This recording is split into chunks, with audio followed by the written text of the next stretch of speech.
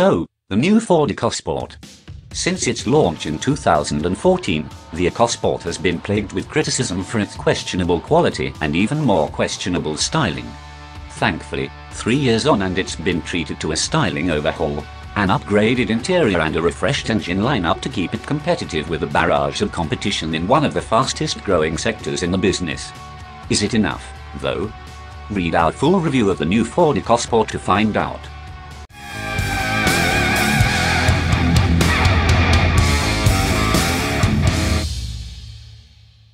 The new Ford EcoSport's higher than normal ride height means it looks like a rugged and up for anything kind of small SUV.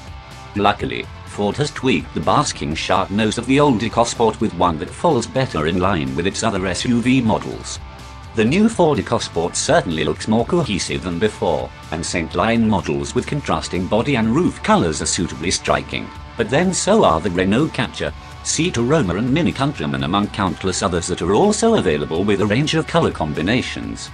And while the EcoSport now looks a bit easier on the eye, the proportions are still a little awkward to these eyes.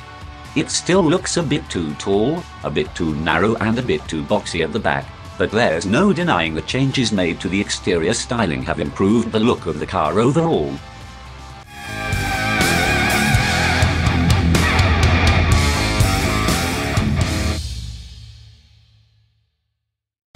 At launch there are two familiar 1-litre EcoBoost petrols, 123 and 138 bhp versions, and a 99 bhp 1.5-litre TDCi diesel.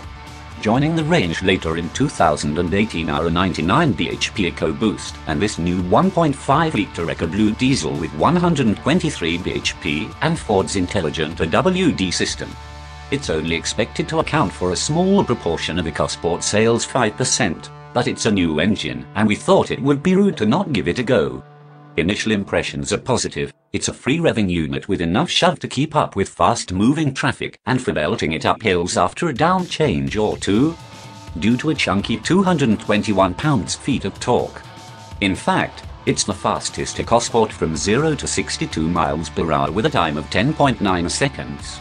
Okay, that's not particularly rapid, but it feels eager to get going and it doesn't get too rowdy unless you really push it hard, and we can't imagine many EcoSport owners will be doing that.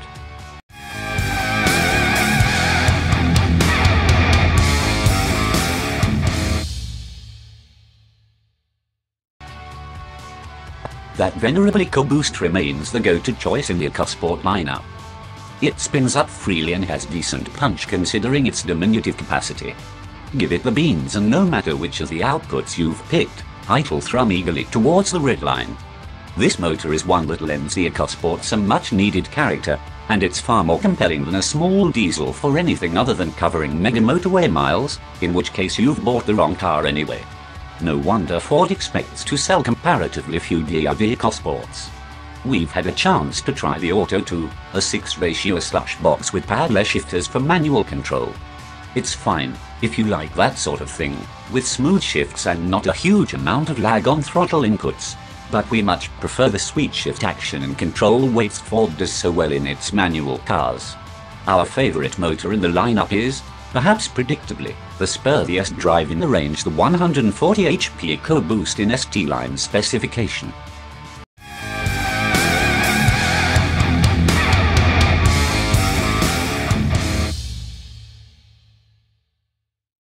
A vast improvement. The old EcoSport's Fiesta-derived interior felt dated and brittle, and was possibly one of the most disappointing things about it.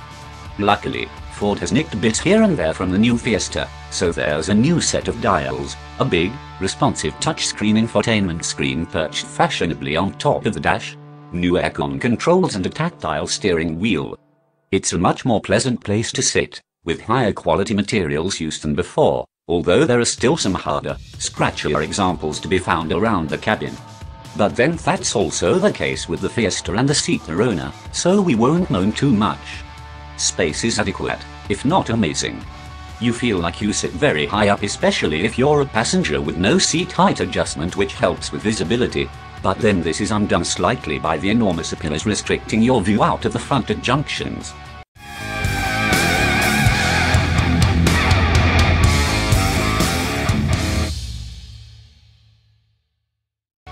With a Ford badge on the front, there are high expectations of the EcoSport to drive well, and luckily it does a good job of keeping you fairly entertained on the move. By no means is it as good as a Fiesta, but many other crossovers like these can feel dull to drive and leave you feeling detached. There's a bit more involvement with the EcoSport. The steering is quick and direct with a decent amount of feel, but not tons of it, and grip in the bends is also fairly impressive. We didn't drive hard enough to feel the AWD system come to the fore, but those with active lifestyles who surf, ski, hike, cycle and run all in one day might make more use of it than most. There's no escaping the tall, narrow body though.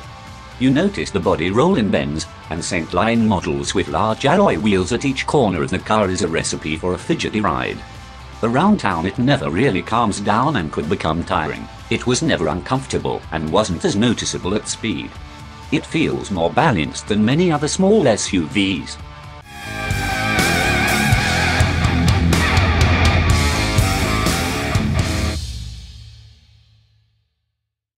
The EcoSport is now much easier to recommend than it was before.